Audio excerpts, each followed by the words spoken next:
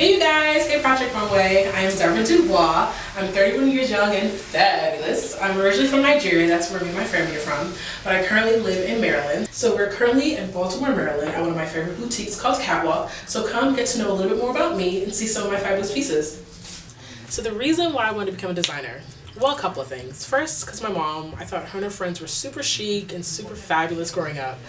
My mom used to wear these amazing sunglasses, and I just thought she was the coolest, flyest woman ever on earth. Secondly, because we had no money growing up. You know, when it came to back to school shopping, we didn't have any money. My parents would literally get us a pair of sneakers, some jeans, one pair of jeans actually, and a couple of shirts, and that was your new wardrobe. So I was always obsessed with wanting things new because everything we normally had was either thrifty, passed down.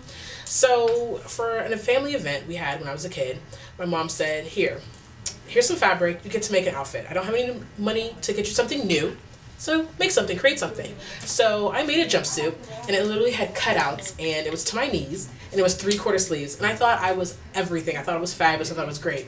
So after that, I was truly bitten by the design bug. I was like, I need to do this. So I literally started creating thread and needle on my own, making making dresses for my dolls, for my Barbies, and I became obsessed with doing this. The other thing, I was obsessed with shoes.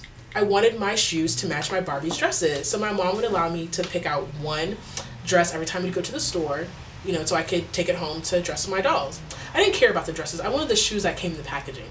But after a while, my mom was like, you know what, I can't keep buying this. This is too much money. So I literally started stealing the shoes out of the packaging. And my mom figured out I was doing this. And when she did, she whooped my tail and said, no more. You can no longer roam the stores on your own because you're a little thief. I didn't teach my daughter to be a thief. So, that's where I got it from, my mom. Thanks, Mom. Appreciate it. So after graduating from the International Academy of Design in Tampa, Florida, I packed up all my things, moved to New York City like any young emerging designer, and thought I was going to take over the fashion world.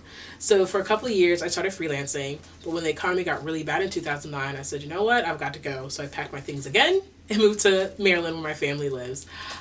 From there, I started creating bow tie pieces for breast cancer organizations, for fashion shows, and just for them to pass out and give them for inspiration for their survivors and survivors' families.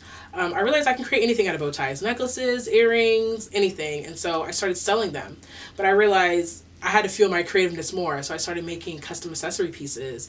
And my favorite mediums to use are chain and leather. So I was making leather necklaces, and leather pieces, and the one I really became known for was my leather glove. So it got noticed by a lot of celebrities. The biggest one, Nicki Minaj, she wore it on stage for one of her performances. I was really excited about that. I've had my pieces also seen on R&B singers like Maya, a lot of urban reality stars that you've seen. And that from there, I was able to build my name and my brand here in the DMV area. For those of you who don't know, DC, Maryland, Virginia. And from there, I also started creating a leather cage collection.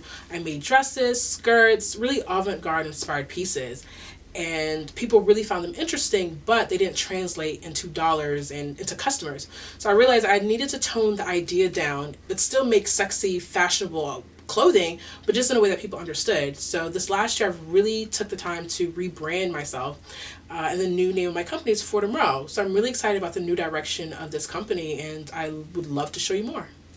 So most importantly, why I want to run Project Runway. I live for Project Runway. I love the show. I love what it represents for new and emerging designers. It's the opportunity of a lifetime, and I want to be a part of that opportunity. I know my brand, and I know where I'm going, and this is what I want. And you guys are going to love me. And most importantly, though, I have the confidence to be on Project Runway. A few years ago, my father passed away from gastric cancer, and that really broke my spirit, and that really took away my confidence. He was my cheerleader. He believed in everything that I was doing, and and when I lost him, I feel like I lost my life. I lost everything. And I know right now he's in heaven doing cartwheels like, yes, my daughter, she finally, applied, and good for her. So, I want this. I really want to be a part of, in a sense, history in my making for my brand and where I want it to go. So I'm excited, and I want to be on the show. So, you guys, I have so much to show you and offer you, and I hope that you love what I'm about and what I'm doing. And, just Project Runway, here I come.